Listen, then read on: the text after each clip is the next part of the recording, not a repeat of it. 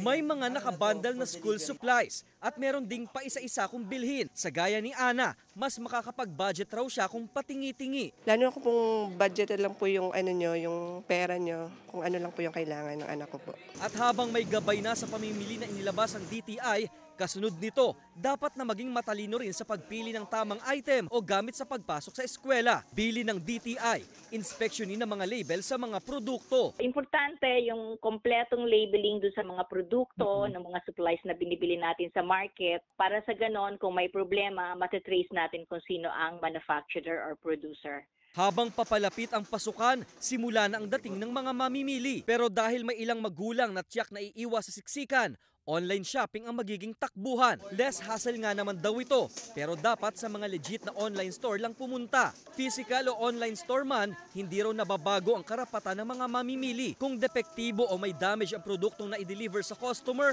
dapat daw itong palitan ng online seller.